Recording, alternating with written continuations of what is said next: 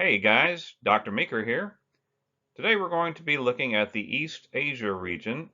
We're going to look at three particular countries and talk about how they are similar and how they are different. The countries we're going to be discussing in particular are China, South Korea, and Japan. North Korea is kind of an entity of its own. We'll talk about North Korea another time. In order to complete this assignment, you'll need to go to your teacher's website and look for the link to the page that says East Asia Compare and Contrast. It looks like the chart that's on the screen. Open that up and print it off. Now, if you don't have a printer available, well, you can make your own. Just get a blank sheet of paper, stop the video. You'll need 3 columns and 6 rows, plus a little space at the top to put a heading. So do that now. Also, you'll notice over at the side, since we're doing China, Japan, and South Korea, we're going to abbreviate a little bit to make some more space. The letter C will stand for China, the letter J will stand for Japan, and SK for South Korea. Now, as I said at the beginning, we're going to be looking at the countries in the East Asia region. Maybe we need to take a minute and define what the word region means. Flip your paper over to the back side, and let's copy this definition. Again, if you need to stop the video, that's fine. A region is a group of places that have physical features, meaning like mountains or deserts or jungles, or human features, could be languages or appearance, or even both in common. While places in a region may be very similar, there probably are some small differences that are likely to occur from place to place. So that's a definition for region. Let's get that copied down. The first area that we're going to look at is religion. So follow along as we read from the screen. East Asia is considered by many to be a Buddhist region. We discussed Buddhism in a previous lesson, you might recall. Each of the countries has large percentages of people who are considered to be Buddhist. However, the practice of Buddhism can differ from place to place. Notice how these 3 statues of Buddha look somewhat different in each country.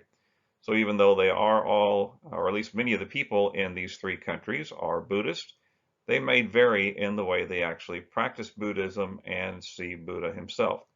And by the way, if you're looking at that picture from China and wondering why is Buddha wearing a swastika, well, it's not actually a swastika. That's really an ancient Buddhist symbol, which meant peace.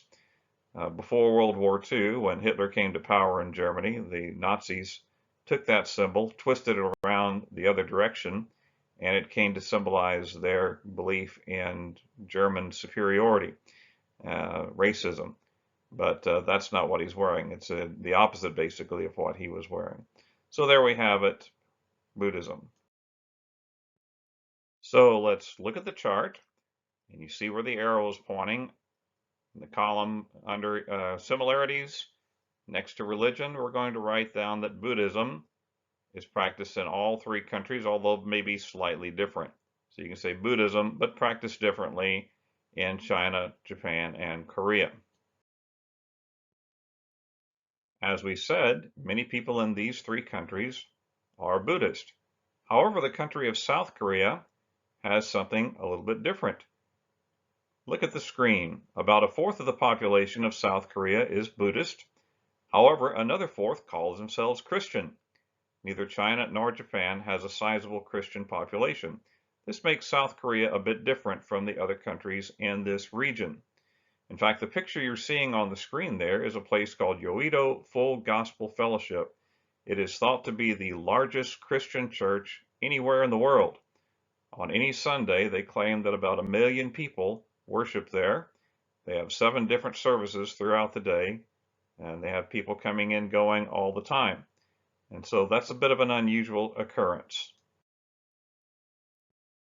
So on your chart, under differences, you want to note that South Korea has a large Christian population.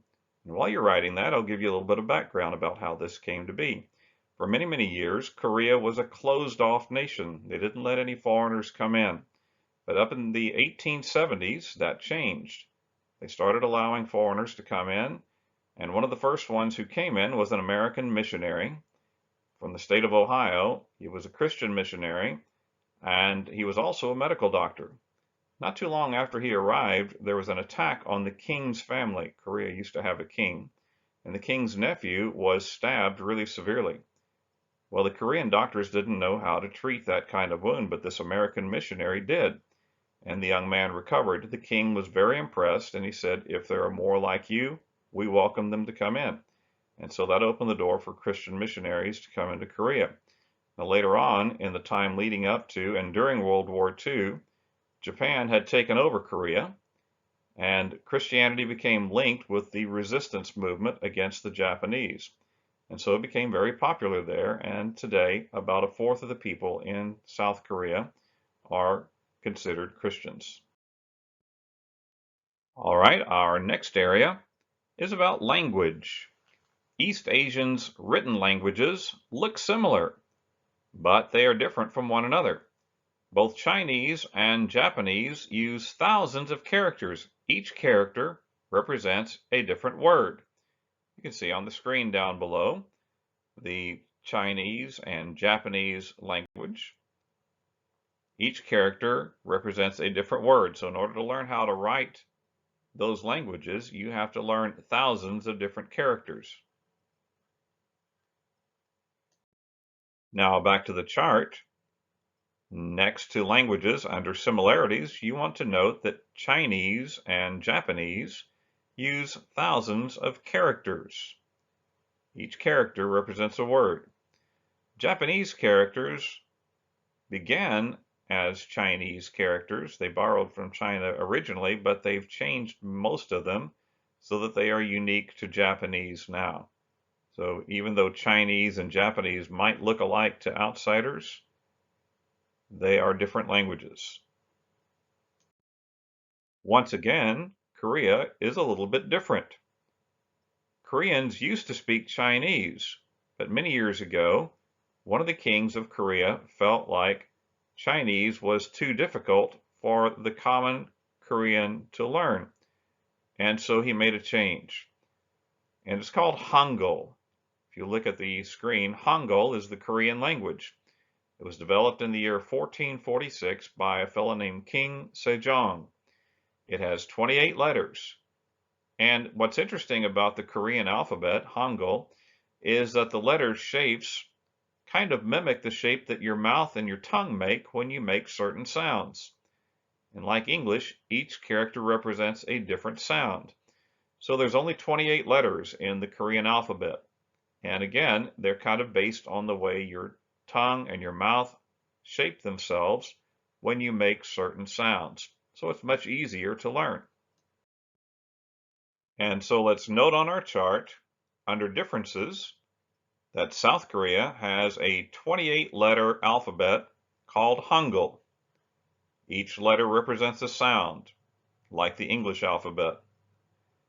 I spent a little time in South Korea a few years ago, and you get the feeling that if you had time to spend there, you could learn Hangul much easier than you could learn Chinese or Japanese. Our next category is landscapes. Look at these three pictures, and what do you see in all of them? Well, you see mountains. And yes, mountains are a dominant feature in all three of these countries. I want you to look at the picture of Japan, and particularly look at the foreground. Those rows. Those are rows that have been cut into the sides of hills. They're called terraces. I think that might have been on one of your previous assignments. In mountainous countries, in order to grow enough food for all the people, many countries have gone into hillsides and mountainsides and cut these stair-step looking areas to give them extra farming land. A very important feature. So note on your chart, under similarities, that all three countries are very mountainous. As we said, all three countries are very mountainous. But now look at the pictures again. The mountains aren't quite the same in each country, are they? In China, the mountains are jagged and steep. In South Korea, they tend to be more gently sloping. And now look at the picture of Japan. That's Mount Fuji, very famous mountain in Japan, and it's a volcano. And in fact, there are 80 volcanoes in Japan. And so while they all are mountainous, there are differences. So let's note that on our chart. Under differences, we'll say that in China, the mountains are very steep. South Korea, they tend to be more gently sloped. And in Japan, there are many volcanic mountains. Now from mountains, let's transition to dinner utensils. And in East Asia, we find that many people use chopsticks. Is it possible to have a chopstick region? Sure it is. However, the countries of East Asia do differ in how their chopsticks are designed and used. So let's go to the chart. So on your chart, under similarities, next to dinner utensils, you want to write that all three countries use chopsticks. Have you ever tried using chopsticks? I'm not very good at it. My wife is pretty good. I can do okay, but not really well. I think you have to kind of grow up using them to really be good at it. And so, as we've said, all three countries do use chopsticks, but let's look a little closer and you'll see that there are some differences in the way that they are made. In South Korea, they actually use metal chopsticks. I knew a lady from South Korea who joked with me and said that's why they are so good at building computers and technology and semiconductors, is because they've learned how to use metal chopsticks. In China and Japan, they are wooden chopsticks, but the Japanese tend to flatten the sides, whereas the Chinese leave them rounded. Now, Chinese chopsticks are a little bit longer too than Japanese. One of the reasons maybe is that Chinese tend to eat more noodles. Japan is an island nation. They eat a lot more seafood than the Chinese do. So perhaps the flattened sides and shorter chopsticks enable them to eat the seafood better. So on your chart, note that China and Japan, they use wood for their chopsticks. South Korea uses metal. And also the Chinese chopsticks are usually a little bit longer. Our next area is appearance. It's not uncommon for many people living in a region to have a similar appearance, particularly if their families have lived there for many, many generations.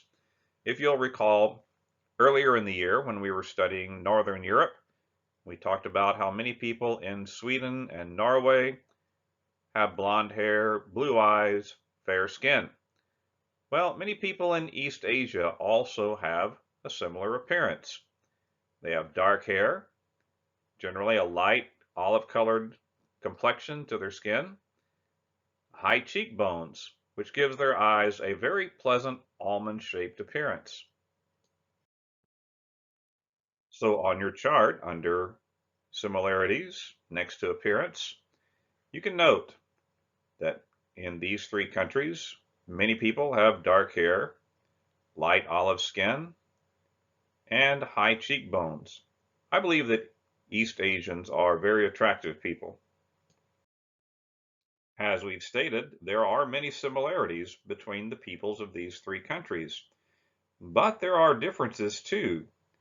To outsiders, people in a region can appear similar to one another. Generally, though, the people living there can tell where people are from by their appearance and by the way they dress, maybe by the way they even act. What I'm saying is that if you are in Japan and a Chinese person came walking down the street, you might not notice that they were different from the other Japanese people that are walking next to them. But the Japanese people most likely would notice that that person is not from Japan. And so on your chart under differences, well, you can note that they can generally tell one another apart, whereas an outsider, somebody who's not from the East Asia region who went to visit there, might not notice many subtleties in their appearance. Well, now our final category has to do with how the ancient people in these countries buried their royalty, buried their kings, ancient burials or ancient tombs. You recall in Egypt, they built pyramids to bury their kings. Well, in East Asia, they did something a little different. Rather than build pyramids like other parts of the world, ancient people in East Asia buried their kings and queens under large, rounded mounds. However, the design and construction of the mounds differ. We'll stop right there. Let's go to our chart. So under similarities, next to ancient tombs, you want to note that the people of East Asia buried their royalty under large, rounded mounds. Now, continuing with our reading, the design and construction of the mounds differ.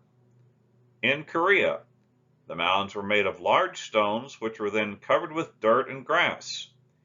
In China, they were made out of rock and mortar, kind of like a rock wall or a brick wall. Japanese tombs were made of stone, stones just piled on one another. The last row of my chart was squeezed a little bit when I brought it over here to this PowerPoint slide, but I believe you can still see it. In South Korea, they covered the rounded mounds with dirt and then grass. In China, rock and mortar. Mortar is that stuff in between the rocks, like between bricks on a brick wall that holds it together. Whereas in Japan, they were basically stones piled on top to make a large rounded mound. Okay, so we have completed the chart. You want to hold on to this, take a picture of it or scan it, and send it to your teacher. Either send it through Google Classroom or you can email it directly to your teacher, showing that you have completed it. And that wraps up this lesson about the countries of East Asia, how they are similar, and yet even within their similarities, there are differences. So I hope you enjoyed it. Make sure you hang on to that piece of paper. And until we have our next lesson, everybody take care of yourself. Bye-bye.